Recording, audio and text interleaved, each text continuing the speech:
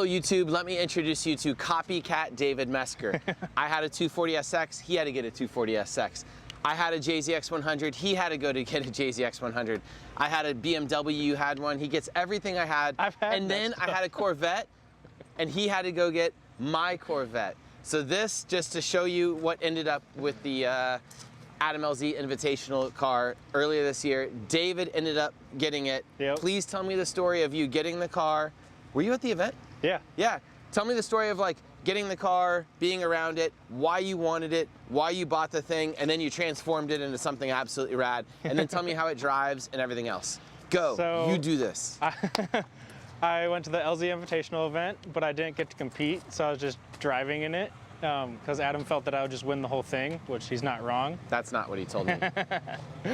And so Losi ended up winning it. And I convinced, he's like, I really, really want to keep it. And I was just like, well, I really want a Corvette. And so I ended up selling my 350Z to TJ Hunt and then buying this off of Losi.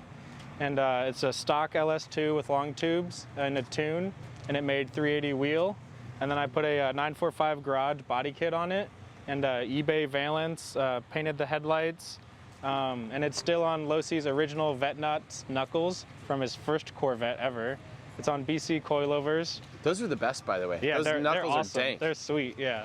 All these dudes doing big angle kits are idiots. Yeah. And then it's just a Chase Bays inline handbrake, FDF seat bracket, Bride Zeta 4, and it is a blast to drive. And it's got a Cage Kits kit in it, but like it has so much grip just everywhere. It's like a 350Z, but like way better.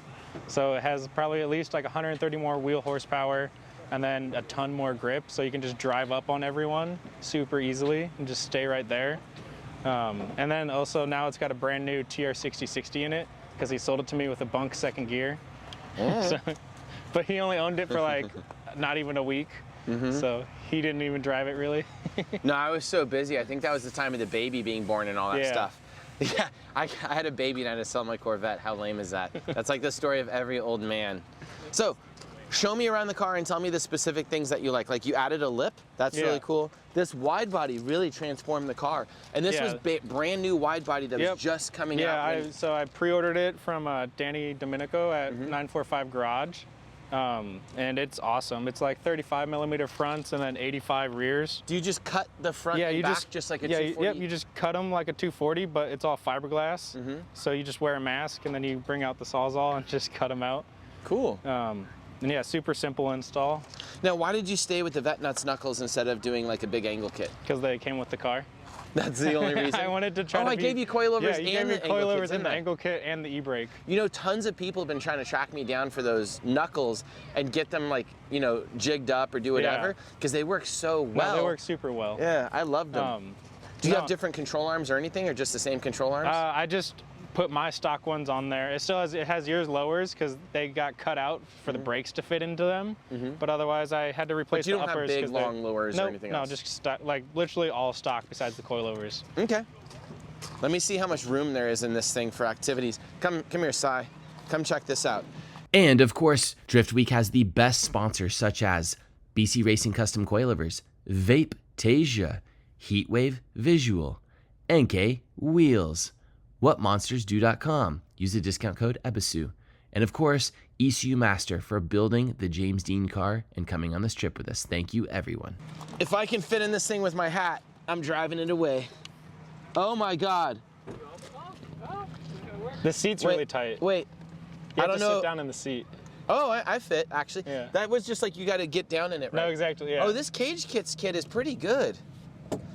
I could do this, actually. If I was to put on my helmet, I would pull the seat cushions. Yeah. Are you the same size as me? About 6'2". Yeah, that's how tall I am. Yeah. No, I mean, my head is like resting on the... Resting on it? Yeah, resting right there. You don't ever pull the cushions or anything?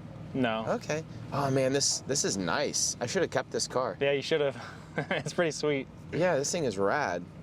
Although I must say, driving a 240SX has been liberating lately because like I have so many hours in that car and like, I don't take it seriously. Like your 240SX got so crazy and expensive and nice. He has a mental 240SX with like a 3.4 liter stroker JZ and all these things. He doesn't even drive it anymore because it's too crazy to run. He just drives normal cars. It costs like almost $500 for 2 laps in that car.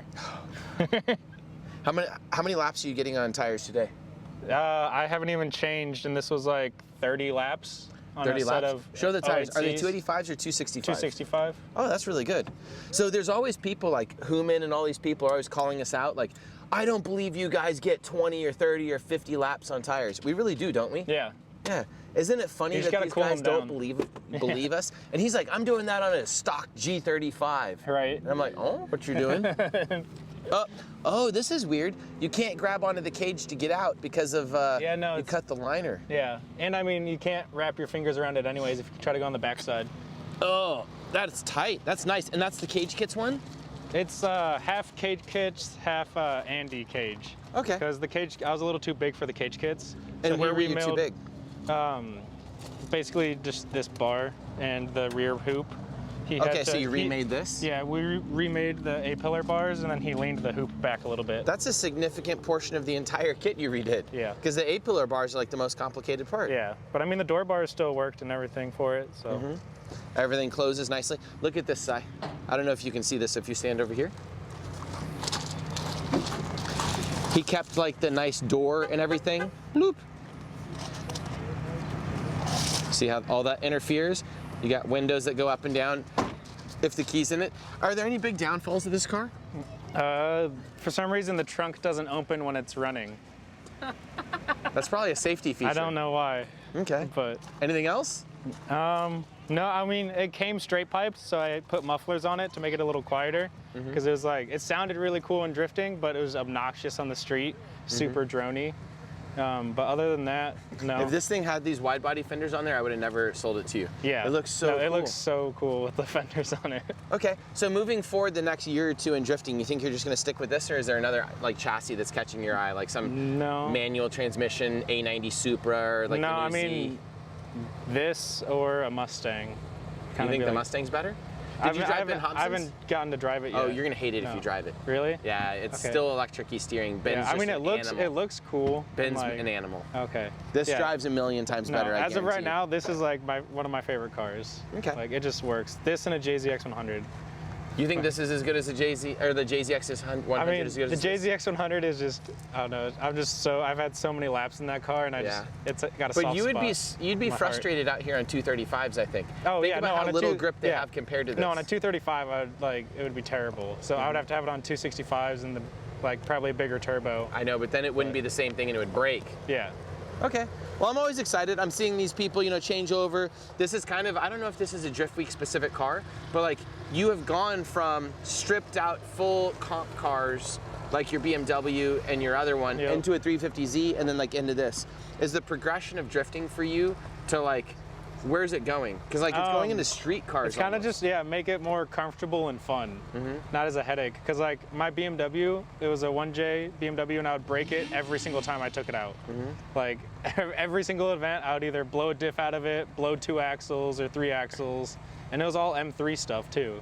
So like I needed to upgrade that to probably a 5 Series stuff to stop breaking it. But I basically just wanted stuff that I could drive like my JZX 100 and not break it. This is kind of funny because you chose a chassis, this thing, and you're not a mechanic.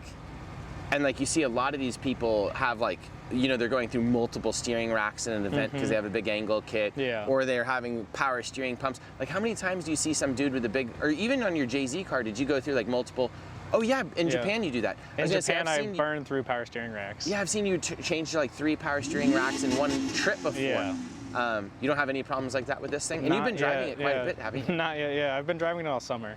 Okay. So. That's so cool. All right, I think that's it. I just wanted to show the audience what happened to the LZ Invitational car. It was super cool and emotional when I won it. I'm like jealous that it looks so cool. Yeah, it kept it in the family. It's here on Drift Week. That's amazing. I didn't want to sell it because I thought it would be rude to sell like, the winning car because I was going to keep it as a trophy. But at the same time, I had that car and I had another one, and where's the yellow one? Maybe it's on track. But 3 of the Corvettes. Right wait, did you realize I own the yellow one, the blue one, and that one, and the black one down there? 4 of them were mine. Almost every Corvette at the entire. A lot of them. Is that every Corvette here? No. No, we got like 3 more that you don't know. Yeah. What other Corvettes? There's Max's. Oh, that one's on jack stands. All mine were running. Okay, anyways, I was just thinking it was funny. So thank you very much, guys. You are experiencing drifting as it goes with all the characters in it. Like David's a character, I'm a character, Adam's a much bigger character than us. The car's a character, and then you'll see that flow through the years, just like the ECU Master car, which was mine. So that's it. Thanks so much. Bye, guys.